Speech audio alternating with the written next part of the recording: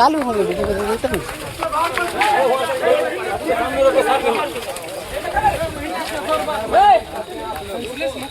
School पर जाने दीजिए।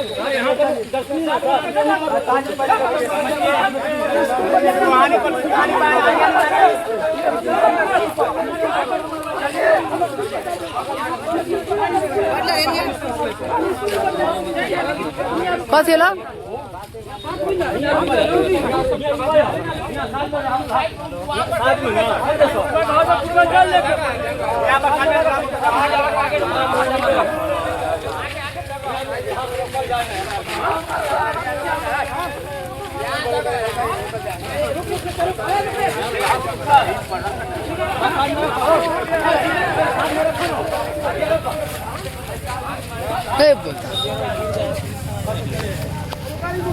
छोड़ के था बोटी थी बंद कर।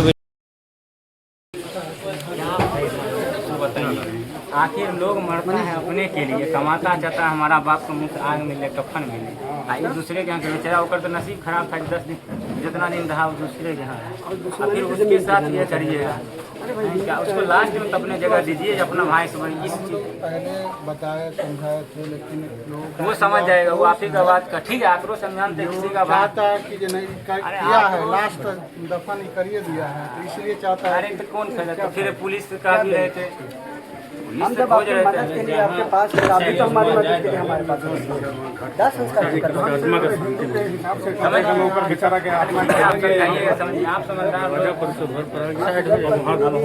आप प्रशासन और उसके बीच के मेरे आप सारा बात आप कहना नहीं है, इस व्यवस्था में सिर्फ हमारे जिम्मेदारी है, आपकी भी जिम्मेदारी है। आपकी ये पंचायत आपके आपने किया है, तो इस बात को आप जरूर समझिए। प्रशांत आइए प्रशांत जी, प्रशांत इधर आप तो प्रशांत जी चलिए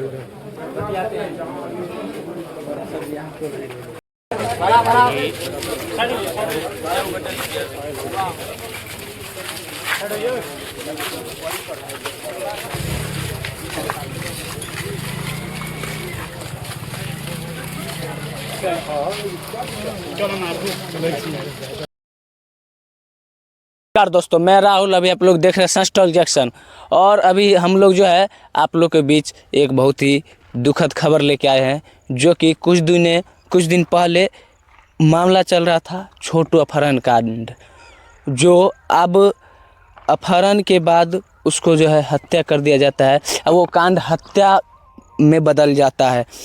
बाकी मेरी जो मौजूदगी है कलना चौर के लास्ट छोर पर है, जो यहाँ पे छोटू कुमार को यहाँ पे पोल मशीन से उसको गड़वा दिया गया था। यहीं पे जो तकरीबन 10 से 15 फीट गहरे गड्ढे में उसको डाला गया था।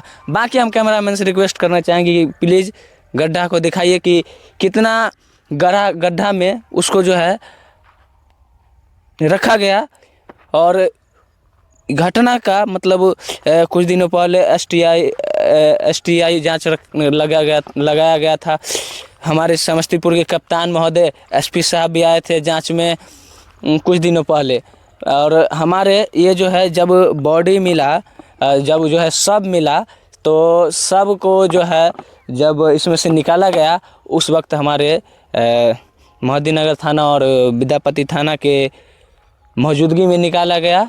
जो कि यहाँ देख लीजिए, यहाँ बगल में जहाँ से उसको जो है उठाया गया था, अपहरण किया गया था, वो सामने उधर कुछ दिख रहा है। और ये जो ज़मीन है उन्हीं का है, जिनका जो लोग जो है उनको अपहरण किया था, जो उनका हत्या कर दिया गया, जो उनके हत्या किए हैं, उन्हीं लोग का ये ज़मीन है। दिखाइए थोड़ा इधर। और ये उनका ज़मीन नहीं है, लेकिन तो रहे थे। बाकी आप लोग का क्या राय है, क्या आप लोग कमेंट बॉक्स में दे। और बॉडी को जो है निकाल करके और उसको जो है पोस्टमार्टम में भेज दिया गया है। बाकी आप लोग को जुड़े रहिए मेरे सनस्टॉक चैनल। हमारे भाई ईशांत की हत्या के बाद उसकी संवेदना में हम लोग कैंडल मार्च निकाले अभी, और ये मार्च यहीं खत्म नहीं होता है। यहाँ से हम सिलेबार ढंग से पुलिस महकमे के जो भी वाजिब पदाधिकारी है वहां तक इन बातों को ले जाएंगे जो आप अभी सुन रहे थे। इस एसआई शक्ति सिंह का जो मनोबल हाई है उसके रिमूव टू सर्विस का मांग करेंगे। और इस बात के लिए यदि लड़ना पड़े हमको हाई कोर्ट में भी, सुप्रीम कोर्ट तक यदि जाना पड़े तो भी जन याचिका लेकर हम जाएंगे। शक्ति सिंह को निलंबन कर दिया गया। निलंबन करने का सुनिए निलंबन करने का मतलब शक्ति सिंह को बचाना है। शक्ति सिंह को जेल होना चाहिए। शक्ति सिंह के ऊपर हत्या का मुकदमा दर्ज करके फांसी की सजा हो उसको। क्यों?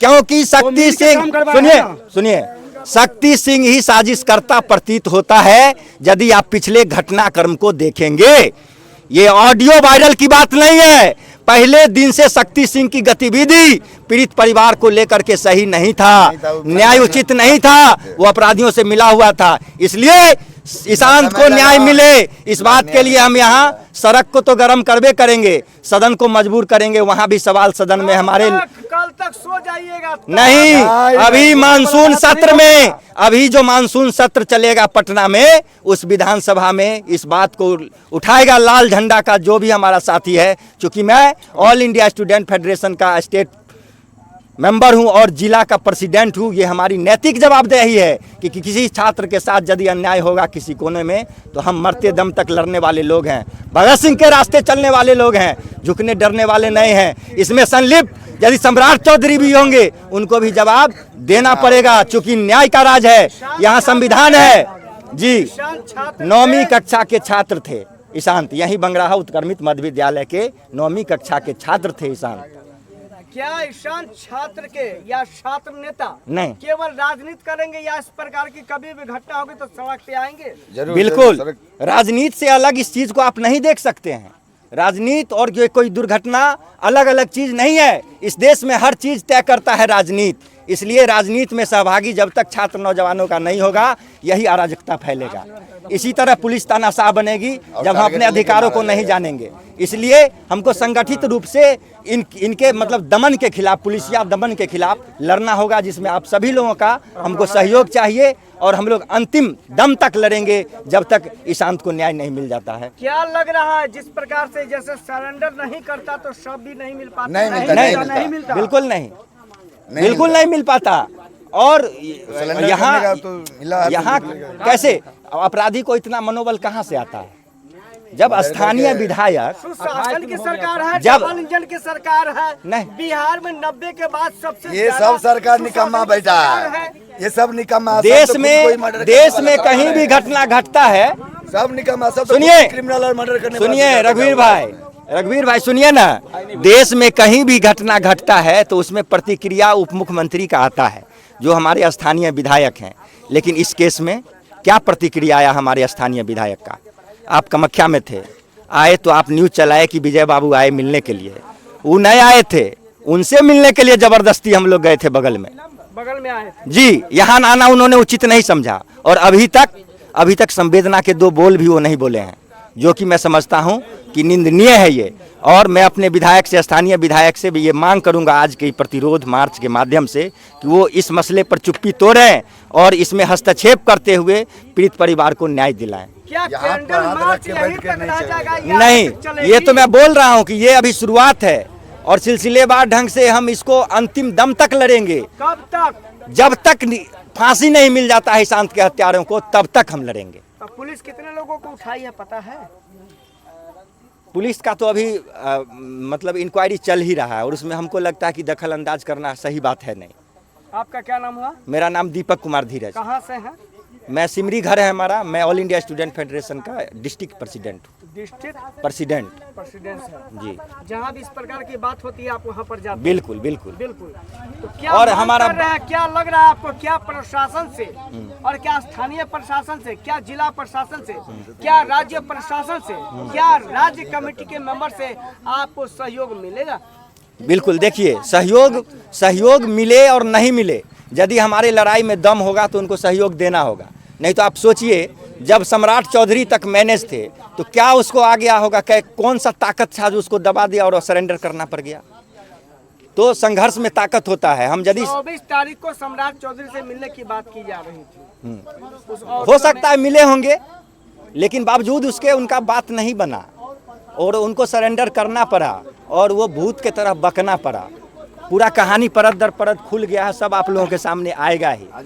ये अपराध नहीं है श्रीमान, ये जघन्य अपराध है और इसके लिए कड़ी सजा मुकर्रर करना पड़ेगा जल्द से जल्द, क्या नहीं तो सपना में सोच सकते थे इस प्रकार की बात? जी किया नहीं, जाएगा? नहीं बिल्कुल ऐसा हुआ ही नहीं ये जघन्य अपराध है। ये राजनीतिक हुआ, इसको कभी ऐसा सोचा हुआ नहीं जा, जितना कहा जाए कम है इसकी निंदा में। ये सब पहली बार हम लोग को और ज्ञान होने से धन्यवाद पहली कि बार आप लग रहा लोग है। इस प्रकार की मुहिम को चला रहे हैं और लग रहा है कि इस प्रकार की मुहिम को चला करके और सोए हुए प्रशासन, सोए हुए प्रशासन ही सरकार को नहीं, जगाने सरकार की की सारे कोशिश आदमी कर रहे हैं। बैठे हैं हाथ पर हाथ